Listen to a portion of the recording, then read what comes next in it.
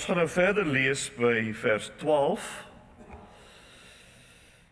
Gisterand het ons kom tot by vers 11. Nou lees ons net rustig voort van 12 tot by 18, dis Jakobus 1, bladsy 303, hoofstuk 1 vers 12.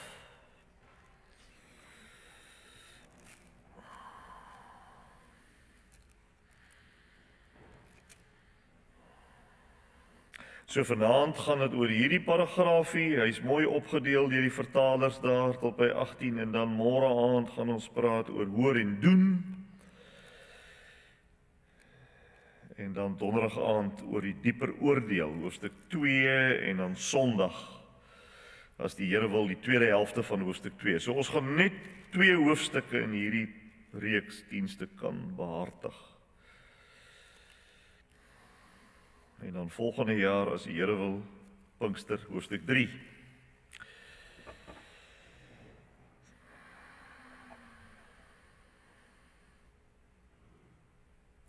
Ons lees by vers 12, gelukkig is die mens wat in versoeking standvastig bly.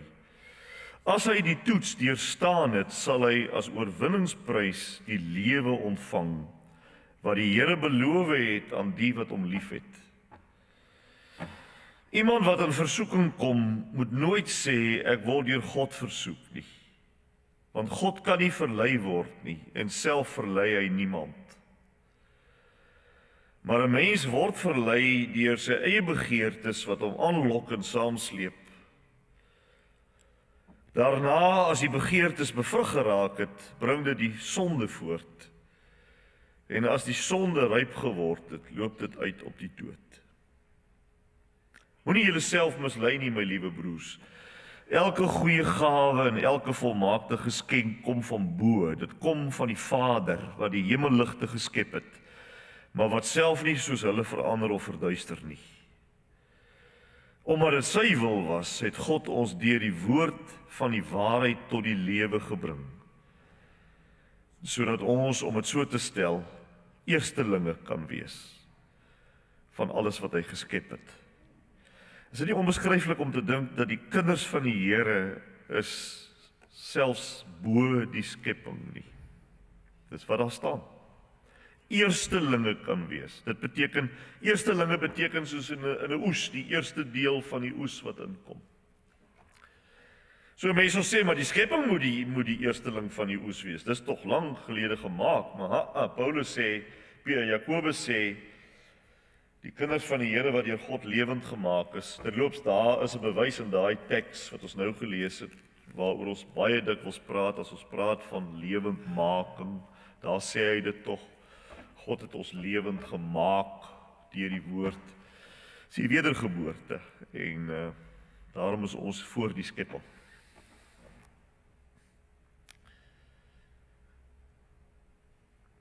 Ons het gisteraand uit die eerste 11 versies van Jakobus 1 gesien hoe dat die Here beproewings gebruik om bekeerde mense, Christusgelowiges, geestelik volwasse te maak, geestelik ryp te maak. Daaroor het die tema gisteraand gegaan. Nou, wat hy nou in vers 12 tot 18 doen, is hy kom nie nou hier met 'n heeltemal 'n nuwe ding wat hy hier uit die lug gryp nie. Hy gaan voort met dieselfde tema, maar hy verskuif nou net die fokus van beproewings af na versoekings. En interessant genoeg, as 'n mens in die oorspronklike taal lees, dan sien jy dat die Griekse woord parasmos is dieselfde vir beproewings, trials, beproewings en versoekings. Parasmos is dieselfde woord wat in die Grieks gebruik word. Jy kan dit na beide kante toe vertaal.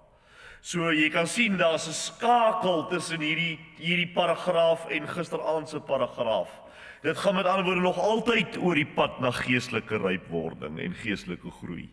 Maar die fokusverskywing is van beproewings na versoekings.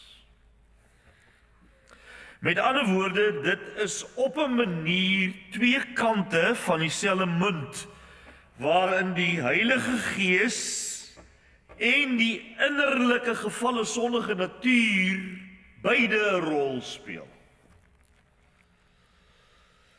Die Here hanteer 'n sekere lewenssituasie uiterlik, so wat ons gisteraand dit hier bespreek het, gebruik hy om sy kind te toets, om sy kind te louter, om hom of haar nader aan hom te bring, ryper te maak, meer geestelik volwasse te maak, en daaroor het ons gisteraand gesien, moet ons bly wees. Ons moet bly wees. Dis wat hy bedoel as hy sê, jy moet bly wees oor beproewings. Maar terselfdertyd probeer die innerlike, daai is uiterlik, maar terselfdertyd probeer die gefalle sondige natuur om die gelowige dood te maak deur middel van dieselfde lewenssituasie. En probeer om die kind van die Here die afgrond in te trek. Dis hoekom ek nou net gesê het, 'n paar sinne gelede gesê het, dat ons hier te make het met die Heilige Gees se werking, dis waaroor dit gisteraand gegaan het, maar nou kom daar iets by. Nou kom daar ook die rol van die innerlike gevalle sondige natuur, wat die kind van God nog steeds het. Jy verloor dit eers by jou dood, finaal.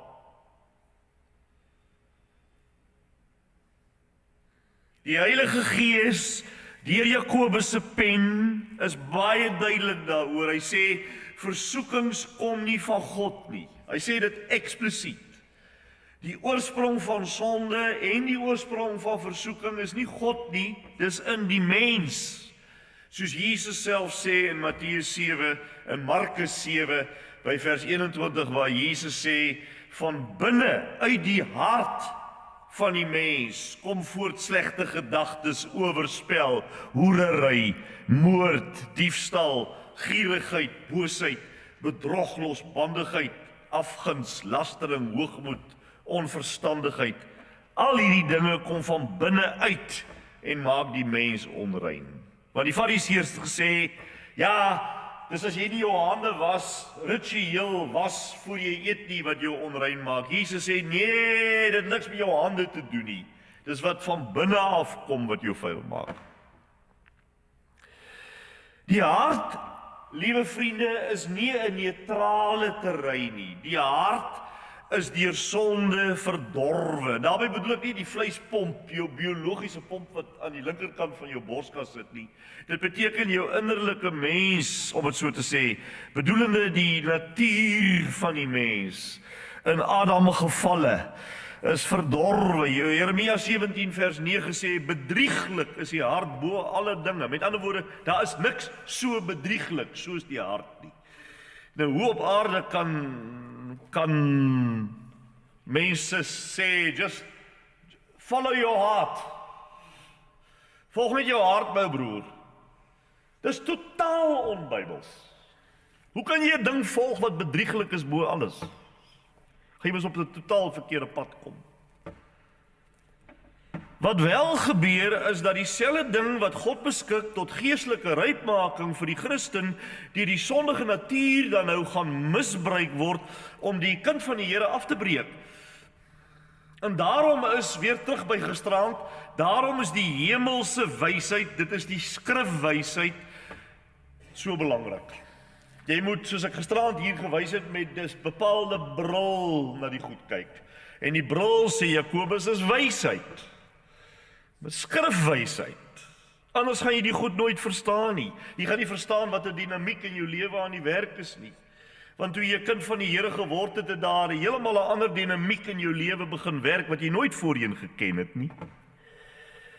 'n Klassieke voorbeeld van wat ek nou probeer sê is natuurlik die boom in die tuin van Eden. Die boom in die tuin van Eden. Daardie boom was deur God goed bedoel as 'n toetsing en 'n beproewing vir die eerste mensepaar, maar die slang gaan misbruik dieselfde boom as 'n versoeking en doen homself aan Eva voor as 'n engel van die lig. En die gevolg daarvan was die grootste fiasko in die geskiedenis van die mens. Die sondeval. Daar's geen woorde om vanaand te kan sê, en ek gaan nie eers probeer nie, want ek kan nie. Maar daar is nie woorde om te kan sê hoe belangrik hierdie saak vir elke ware wedergebore mens is nie. Dit is so belangrik. En dit klop ook 100% met ons daaglikse lewenservaring. En die prosesse wat gedurig aan die gang is, nommer 1, lewensprosesse van die Here en doodsprosesse wat uit die mens se eie hart kom en aangehits word deur die bose. Hierdie prosesse is gedurig aan die gang in 'n Christen se lewe. Dis hoekom Christene dikwels stryde het wat mense wat die Here nie ken nie het nie. Die mense wat die Here nie ken nie se lewe is eintlik baie simplisties. Maar as jy tot Christus kom, dan raak jou lewe kompleks. Want nou die Heilige Gees sy intrek by jou kom neem. En nou sit die Heilige Gees woon daar, en nou sit hier die sondige natuur nog hier. Hy is nou wel nie meer in beheer nie, hy het nie die heerskappy nie, sê Paulus in Romeine 8, maar hy is nog altyd daar en probeer invloed uitoefen, en die duiwel probeer aanknoping deur hom vind.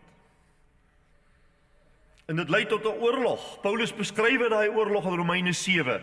Hy beskryf ook die oorlog in Galasiërs 5. Gaan lees dit.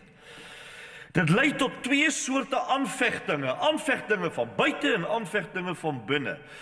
Dit wat van buite in werk is gisteraand se boodskap, die beproewings om by ons geestelike rypheid te kweek. Maar daardie selfde situasie lê egter binne in daai situasie lê die dood in loer en probeer die sondige natuur en die bose op beproewing om te swaai en tot 'n versoeking te maak wat tot die dood kan lei. En ons gaan nou sê wat ons bedoel met dood. Dink hoe het Satan probeer om in die woestynsituasie waarin Jesus deur die Heilige Gees gelei was. Let op, sluit aan by gisteraand. Dit staan baie duidelik geskrywe in Lukas 4 dat die Heilige Gees vir Jesus na die woestyn toe gelei het. Wie het dit geweet? Die Heilige Gees het hom na die woestyn gelei. Maar Satan probeer om daardie woestynsituasie wat deur God geskep was, te misbruik om vir Jesus tot 'n val te bring. Blykbaar het die duiwel vergeet dat Jesus nie 'n gevalle sondige natuur gehad het nie, waarby hy aanknoping kon vind nie. Maar die gevaarlike ding is wat ons betref, dat versoeking dikwels van binne kom, in die gedagtes en in die hart, en dis nie 'n uiterlike ding waarvan jy kan wegvlug fisies nie. En dis wat dit so moeilik maak, hierdie ding. Vriende, daar bestaan op aarde geen groter oorlogsgebied as dit nie, die gedagtes en die innerlike hart van 'n kind van die Here. Ons praat vanaand nie oor die onbekeerde mens nie. Ons praat hier oor kinders van die Here omrede Jakobus hier met kinders van die Here praat. Daarom doen ons dit.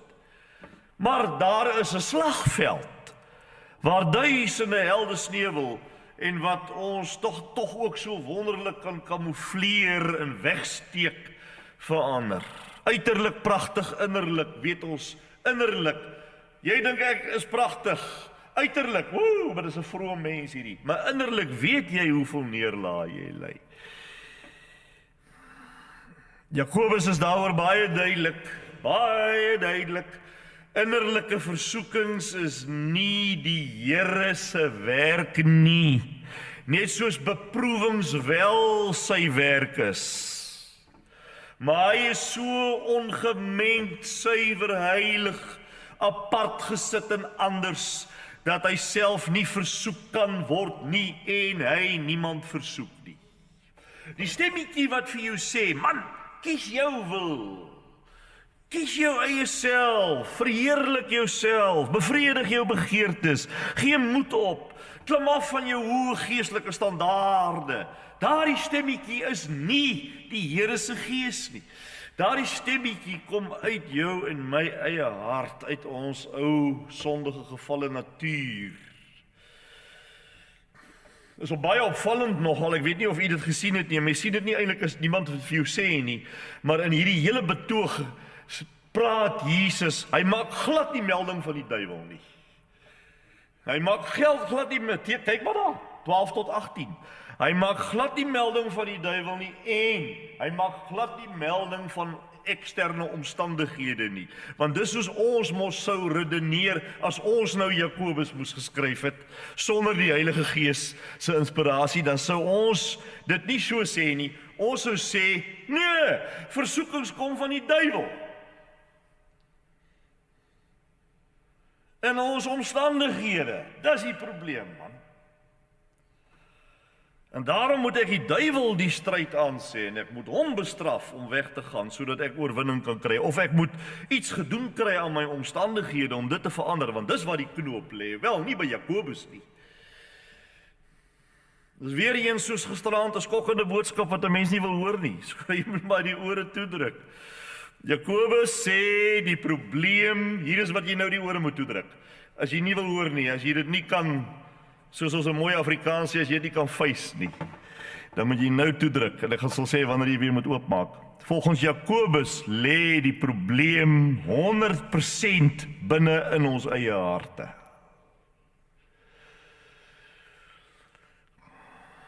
Ons innerlike gevalle Christus vyandige sondige natuur is die probleem. En ons gaan net nou sien aan die einde van die boodskap hoe dit hanteer moet word. Maar eers spel Jakobus presies vir ons uit hoe versoeking werk. Hy sê dis 'n proses en dis eintlik 'n doodsproses. Hy sê dit begin alles by die eie innerlike begeertes, nie die duiwel nie, nie omstandighede nie. Dit begin by eie innerlike begeertes. Nie dat innerlike begeertes natuurlik op sigself nou verkeerd is nie. Daar's baie begeertes wat goed en reg en mooi is, maar dit gaan hier egter om 'n begeerte wat net toegespits is op die eie self. En dis iets wat diep innerlik gesetel sit. En niemand anders sal vermoed dat dit binne in my is nie. Hy sê dit begin daar, en hy sê dan word ons daardeur, sê hy tweedens, weggevoer, sê hy. Jy word weggevoer, met ander woorde, jy begin dit oordink, en jy begin dit vertroetel, en jy gee dit bemesting. En as daai fase verby is, baie keer gebeur dit net binne een oomblik, al hierdie fases, dan kom die daad. En dan kom die sonde, sê hy. Dit beteken om God se doel te mis. Dis wat sonde is. Om God se doel te mis. Hy sê en dan vierdens of vyfdens, die sonde baar dan die dood. En die dood bedoel hy daarmee, ons gaan nou daarop terugkom, bedoel hy verwoesting.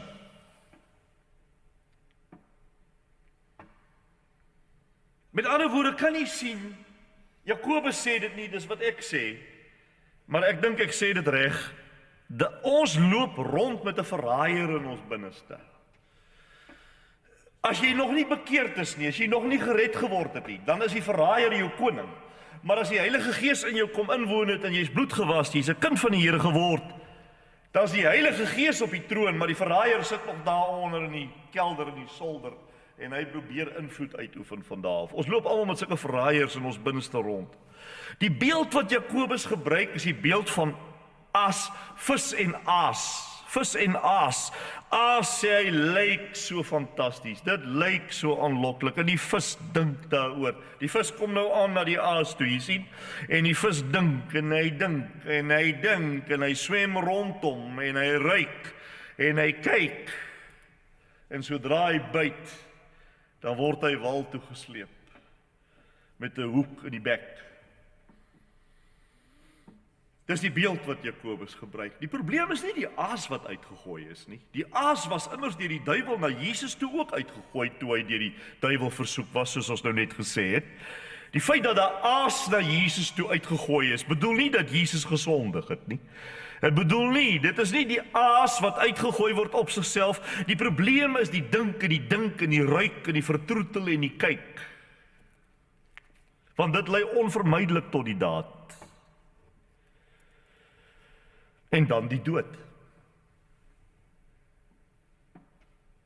Satan vind met ander woorde 'n aanknopingspunt by die verraaier binne in ons, wat anti-Christus is. Iets wat hy glad nie by Jesus kon reggekry het nie, omdat Jesus nie die verraaier in hom gehad het nie. Selfs al is jy 'n wedergebore mens, broers en susters, kan jy nie op jouself vertrou nie. Jy kan nie, al is jy 3/4 engel Gabriël, jy kan nie op jouself vertrou nie. Jeremia 17:9 weer eens. Die hart is bedriegliker as enige iets. Jy kan nie 'n bedrieglike verraaier vertrou nie, al kom hy na jou toe soos 'n engel van die lig. Al is hy so bekend en so vriendelik en so minsaam. Onthou vir Uria en Batseba en Dawid, wie was Uria se verraaier geweest? Sy eie vrou, Batseba.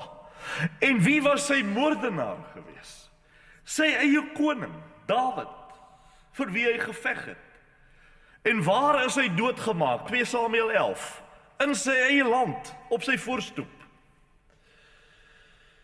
Let op hoe versoeking, vriende, in hierdie geval van Dawid, want dis 'n klassieke voorbeeld, maar let op hoe versoeking, toe dit nie, want dis wat Dawid moes gedoen het, toe dit nie met geloof en vrees vir God, en liefde vir God, uitgekeer is, gestuit is nie, toe lei dit uiteindelik tot sonde en dood. Dit bring sonde en dood, presies wat Jakobus sê. Presies wat Jakobus sê. Hierdie waarheid geld vir almal, vriende, selfs vir ernstige toegewyde gelowiges, indien ons nie die begeertes van die vlees doodmaak nie. Die pad van versoeking is dodelik, of kan ek sê, dit kan dodelik wees, indien dit nie gestuit word nie. En daarom sê Jakobus, vers 16, moenie julle laat mislei nie, my liewe broers. Dis nou soos jy met die aas die vis mislei. Die groot versoeking is egter altyd, en dit weet ons goed, ek hoef dit nie te sê nie, die groot versoeking is altyd om na die hier en die nou te kyk, soos Esau, byvoorbeeld, 'n goeie voorbeeld. Esau, veral wat vir hom belangrik was nie sy eersgeboorte reg nie, want hy was die oudste. Nee, nie die feit dat die Messias deur hom, nee. Wat nou belangrik is, ek is honger. En ek wil daai sop hê. En vat jy maar my eersgeboorte reg, my broer, Jakob. Gee my net daai goed nou, dat ek nou net kan eet. En dan sien nie die verskuilde dood raak nie. Ai, as ek net nou 'n winsie kan maak. As ek net nou so 1 miljoen of meer in die sak kan kry, dit sal my kan deurhelp vir 'n tydjie. Of dalk kan ek daai groot biljoene wen met die geluksgoedin se hulp. Of dalk net 'n bietjie plesier kry uit 'n aanlyn ou blou filmpie, of sommer op my selfoon, of sommer ek genereer sommer my eie blou film met kunsmatige intelligensie. Wie gaan dit weet? Net ek. En dis altyd die aas. Moet ek nie liewer toegee en geniet wat nou voorhande is nie? Wat sal ek nou sukkel om eendag deur die Here beloon te word, soos Jakobus sê? Wat sal ek my nou tog bekommer oor? Ag, hierdie ou geestelike goed voel alles my so ver. Is net, maar jy weet, dit is so abstrakt en ver. Wat sal ek my nou bekommer om geestelike seën en lewe te hê? Ek wil nou my sin hê. Nou. En die uiteinde is dat jy word altyd uitgevang deur die bose. Altyd uitgevang deur die bose. Jakobus wys vir ons in hierdie paragraaf die uiteinde van alles. Hy sê duidelik en helder sê hy, dit is die dood. Maar wat beteken? Wat bedoel hy daarmee? Beteken hierdie dood fisiese dood? Daar lê ek. Nee. Beteken die dood dat ek as 'n kind van die Here weer verlore kan gaan, dat ek hel toe gaan, dat ek na die poel van vuur toe kan gaan, dat ek my redding, my wedergeboorte, my nuwe lewe kan verloor vanweë versoekings of sondes? Wel, dit sou teenstrydig wees met die res van die Bybel. Jesus sê byvoorbeeld in Johannes 6:39, beloof die Here Jesus dat nie een van sy skape, van sy ware kinders, hy nie een van hulle sal verloor nie. Hierdie dood waarvan hy hier praat, is in 'n sekere sin amper ernstiger as dit. Dit is die dood waarvan hy hier praat, beteken dat 'n gelowige erg kan verongeluk. erg kan seer kry. Dawid is die klassieke voorbeeld. Kompromieë en geselsies met sy eie innerlike hart en met die duiwel het vir Dawid as 'n opregte gelowige tydens sy aardse lewe duur te staan gekom. Alhoewel Dawid vandag verseker by die Here in heerlikheid is. Maar hy het gedurende sy aardse lewe disintegrasie en verwoesting in hoë volumes beleef.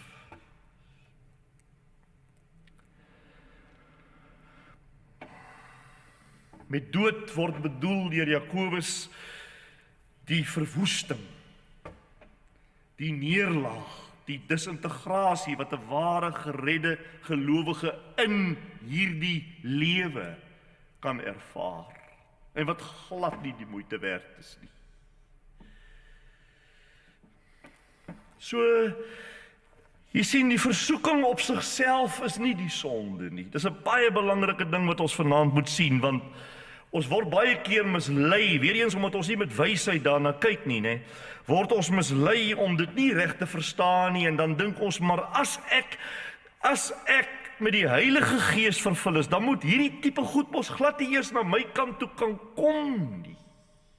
Ek moet mos gepantser wees teen dit. En dan voel ek totaal, praat ek die waarheid vanaand of praat ek nie die waarheid nie. Dan gaan ek, net die bloot omdat ek versoek word, gaan ek in sak en as. Hoe ernstiger 'n mens met die Here is, hoe meer raak hierdie goed jou. Hoe dieper jy met die Here gaan, hoe ernstiger word hierdie goed in jou lewe vir jou. Dat jy in sak en as gaan oor die blote feit dat jy versoek is. En jy gedink het, maar as ek geesvervuld is, dan moet hierdie goed totaal nie op my kan raak nie. Maar dit is nie so nie. Versoeking op sigself is nie sonde nie. Jesus is ook versoek. Let op hoe Jakobus dit nie sê nie. Hy sê nie, geseënd is die een wat nie in versoeking kom nie. Sien wat hy sê nie. Hy sê, gelukkig is die mens, hoor nou, wat in versoeking wat? Standvastig bly. Sien nie? Nie gelukkig is die mens wat nie in versoeking kom nie. Gelukkig is die wat in versoeking kom, wat standvastig bly. Dit wys dat versoeking op sigself nie sonde is nie, maar dat die volharding met die Here in die versoeking die belangrike ding is. Soos wat daar van Jesus self gesê word in Hebreërs 2:18, waar hy sê, want omdat hy self, dis Jesus, onder versoeking gelei het, kan hy die help, dis die kinders van die Here help, wat versoek word. Geen mens is daaraan skuldig dat 'n voël oor jou kop vlieg nie, maar jy is wel verantwoordelik daarvoor dat die voël nie in jou kop kom nes maak nie, as jy genoeg hare op jou kop het. Het hang met ander woorde af van wat ons met versoeking doen. Wat is ons keuse? Wat sê ons wil? Ons vind dikwels by onsself as ernstige Christene wat 'n begeerte het om die Here te dien, wat daarna soek en daarna verlang om met die Here te wandel. Dan vind ons, dan kom daar 'n versoeking na ons toe. En dan gaan lê ons 'n sak en as van skuldgevoelens. En bely ons daardie versoeking as die sonde. En dis verkeerd. Dis verkeerd. Daardie aanvanklike versoeking was nooit geen sonde nie. Dit mag dalk wel so voel, maar dit is nie. Die groot geheim is wat die wedergebore mens in staat is om met sy wil te kan doen en doen. Nie wilskrag nie, nie tandekners nie, maar wilskeuse. Wilskeuse. As iemand wat deur die Here lewend gemaak is, soos Jakobus hier sê in vers 18, en deur die Heilige Gees ook inwonend in my ontvang het, dan is my wil mos lewend gemaak vir God. As jy lewend gemaak is deur die wedergeboorte, dan is jou wil lewend gemaak vir God. Jou wil, nie wilskrag nie, wilskeuse. Ons Here Jesus byvoorbeeld het na 40 dae sonder kos En die duiwel wat hom kom versoek, het hy nog steeds in sy ware menslike natuur 'n wilskeuse gehad. En wat het hy gedoen? Dit is al baie moeilik as jy 40 dae niks geëet het nie, om dan te sê, ek sal nie van, dink nou weer aan Esau wat so honger was en net daai sop moes hê. Jesus was 40 dae en toe kon hy steeds die versoeking om nou 'n brood te maak van hierdie klip.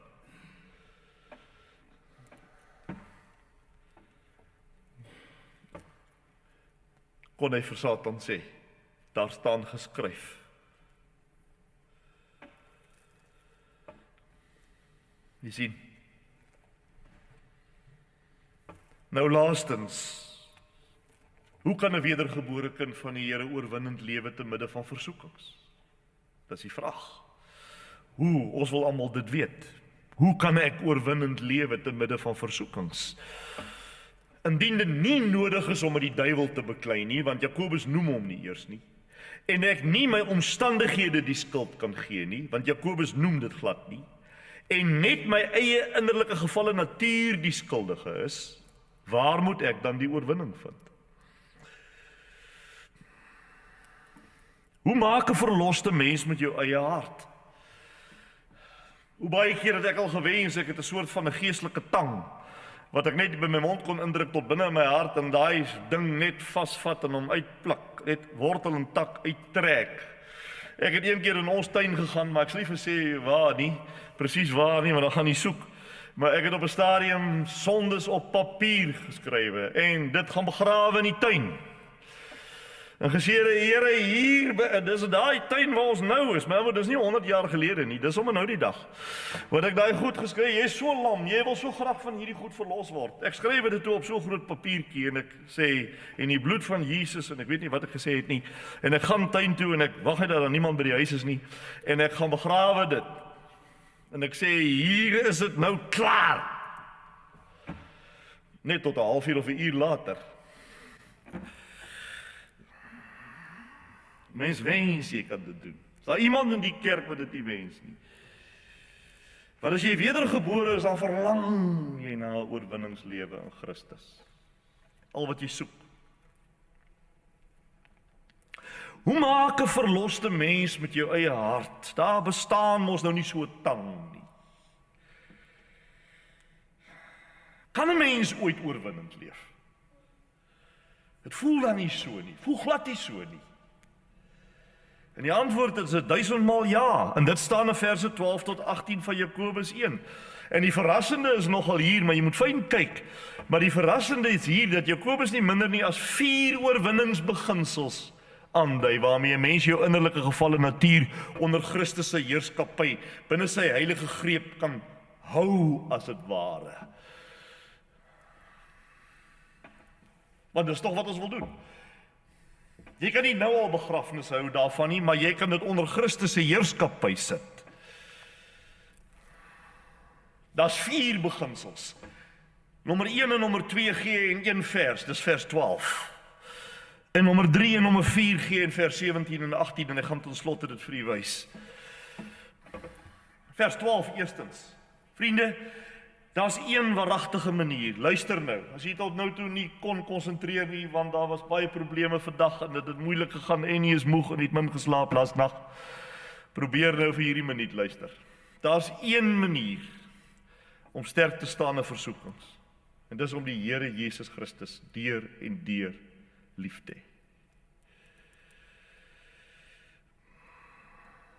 Daar's iemand wat ons meer moet lief hê as enigiets anders.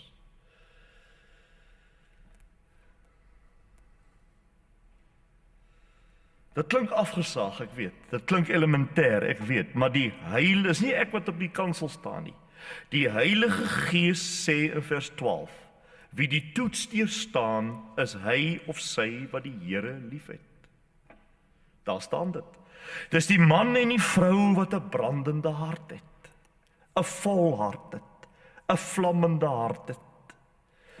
O, as ek en jy elke dag iets wil bid vir onsself, bid dan dat die vuur van die Heilige Gees jou hart brandende sal maak. Want as jou glas reeds vol is, dan kan niks anders ekstra in daai glas inkom nie. As hierdie glas, hy is nie nou vol nie, maar as hierdie glas vol is, dan kan daar nie iets ekstra inkom nie. Spreuke 26:7 sê, die mens wat versadig is, haat selfs heuning. Selfs heuning kan nie inkom by jou as jy versadig is nie. Natuurlik sal versoekings nog altyd aankom na daai vol glas toe, maar daar's nie ekstra plek in die glas om te kan inkom nie. Jy verstaan nie wat Jakobus sê in vers 12. Hoor dit mooi vanaand. Hierdie liefde vir die Here, dat ek moet bid, Here, laat ek vir U liewer hê. U wat ek nie kan sien nie, soos 1 Petrus sê, dat ek U liewer sal hê. En hierdie liefde vir die Here in die tweede plek, fokus op die kroon van die lewe wat God vir ons beloof het, ook vers 12. Dis die tweede oorwinningsbeginsel. Jy begin lewe vanuit 'n ander perspektief, jy kry jou fokus, jy kry die Here in die fokuspunt en die kroon wat hy uithou.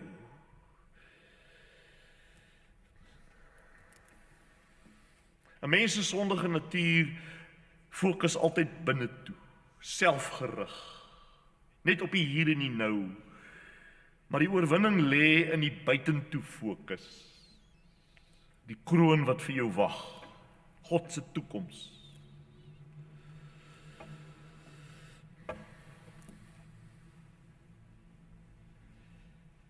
Ek probeer regtig vir u net sê wat Jakobus sê. Ek glo dis wat die Heilige Gees vir ons vanaand wil sê.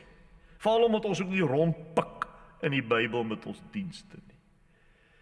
Maar ons volg die teks. En omdat ons die teks volg, glo ons, dis wat die Here vir ons nou wil sê. Want wat die teks sê, is wat die Heilige Gees sê. Is dit waar? As my glas vol is van liefde vir Jesus en vir die kroon wat hy vir my uithou in die toekoms, dis die eerste twee beginsels van oorwinning wat Jakobus uitlig onder leiding van die Gees. En dan nommer 3 en 4 spring hy na vers 17 en 18 toe. En dis vir my baie wonderlik. Ek weet nie hoe ek gaan maak om nie lank te praat nie, want dit is so wonderlik. Maar nommer 3 is, daar's 'n magtige oorwinningswapen wat elke Christen alreeds besit. En dis die kwessie van, jy kan dit gebruik, ja of nee. Jy kan dit glo, ja of nee. Maar dis 'n kwessie van, as 'n ware geredde mens is u en ek reeds lewend gemaak deur 'n almagsdaad van God. Met ander woorde, wanneer ek as kind van die Here, iemand wat lewend gemaak is, as ek versoek word, dan besit ek alreeds die goddelike lewe in my om oorwinnend te leef. Maar jy kan dit nie voel nie. Jy moet dit glo. Jy kan nie hierdie nuwe lewe, hierdie goddelike lewe wat in jou oog kom het, wat jy reeds besit as kind van God, jy kan dit nie voel nie. Jy kan dit nie nou 'n knoppie druk, 'n knoppie wat jy kan aandraai en dan begin jy dit nou voel en jy begin dit nou beleef en daar is dit nou nie. Nee, jy moet dit glo omdat die Bybel sê dit is in jou. En dan gebruik jy dit wanneer die vyand nader kom. Jy kan eintlik nie anders as om te oorwin nie. Want jy het die goddelike, is dit nie 'n wonderlike waarheid nie? Verstaan jy hoekom ek sê ek wil nog 'n uur of 'n halfuur grasie vra om nog te praat? Want dit is vir my so wonderlik, dit is so groot. Jy het die goddelike lewe in jou. Dis nie vanuit jou eie swakheid wat jy keuses moet probeer maak en probeer uitwurg nie. Hoeveel van ons? Dit kan nie net ek wees nie, dit moet almal van julle wees, of die meeste van julle wat probeer altyd om hierdie goed uit te wurg uit jou binneste uit. Nee, die goddelike lewe is reeds deel van die kind van die Here in Christus. Ek is nie oorgelaat aan my sondige natuur nie, ek is nie uitgelewer nie. Ek is nie. Jakobus sê, onthou dat jy reeds oorgebring is uit die dood na die lewe, deur die woord van die waarheid wat jy gehoor het en wat jy geglo het. Jy is wederbaar vanuit God se keuse en God se besluit. Jy kan nie die nuwe lewe verloor nie, net so min as wat God se besluit kan verander. Dis in hom geanker. O, vriende, dit is die evangelie hierdie. En dan laastens sê hy in die 4de plek, ten slotte, ook vers 18, nee. Hy sê in die 4de beginsel is dat die Here alles wat jy denkbaar nodig het, vryelik vir jou gee. Hy gee dit mildelik, hy gee dit oorvloedig. Hy is die God van lig, hy is onveranderlik. Nooit kan hy verander of onwillig wees of nie in staat wees nie. Hy is nie soos sy skepping wat kan verander nie. Hy staan bo dit alles. Hy gee mildelik wat ons nodig het om staande te bly in versoekings. Wanneer die versoeking kom, probeer infokus op die feit dat die Here in daai oomblik alles gee wat jy nodig het.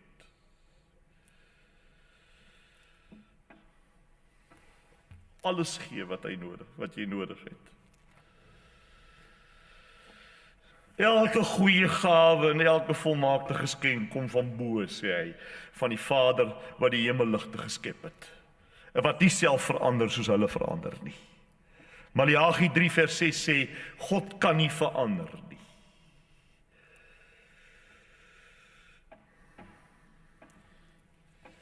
So die 4 lewens, die 4 beginsels is liefde vir die Here Jesus. Tweedens die kroon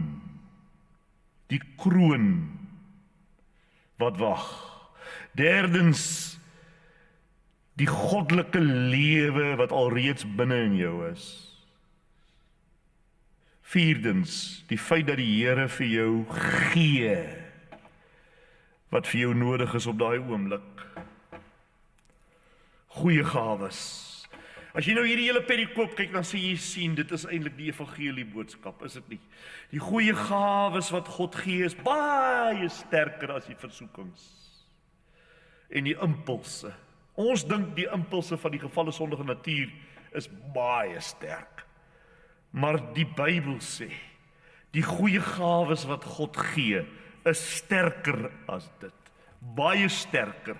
Ons oorwin met ander woorde deur die Heilige Gees, deur die woord, deur 'n brandende liefde vir die Here. Want ons glo in Jesus.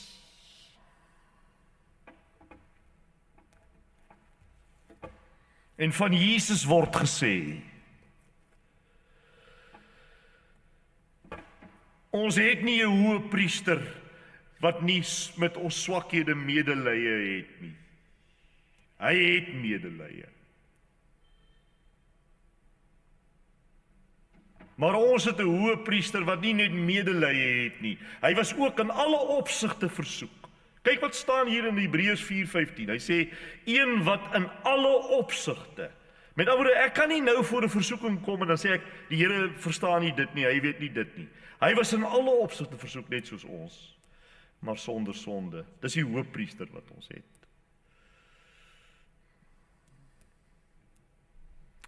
So daarom moet ons nie sê, God versoek my nie. Ons moet eerder sê, God bewaar my. God skenk lewe. God skenk die kroon van die lewe aan die wat hom liefhet. Dis wat ons moet sê. Mag die Here hierdie woord in ons lewens seën en gebruik. Kom ons dank.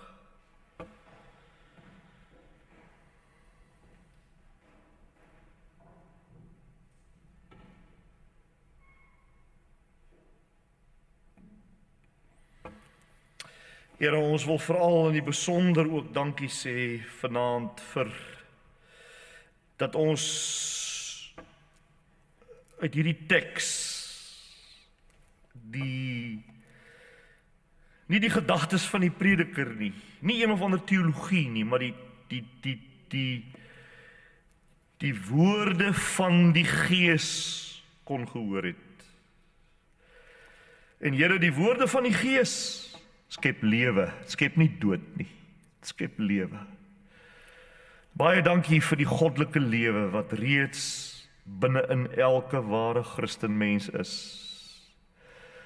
Dit maak dat ons, soos die Bybel sê, meer as oorwinnaars is.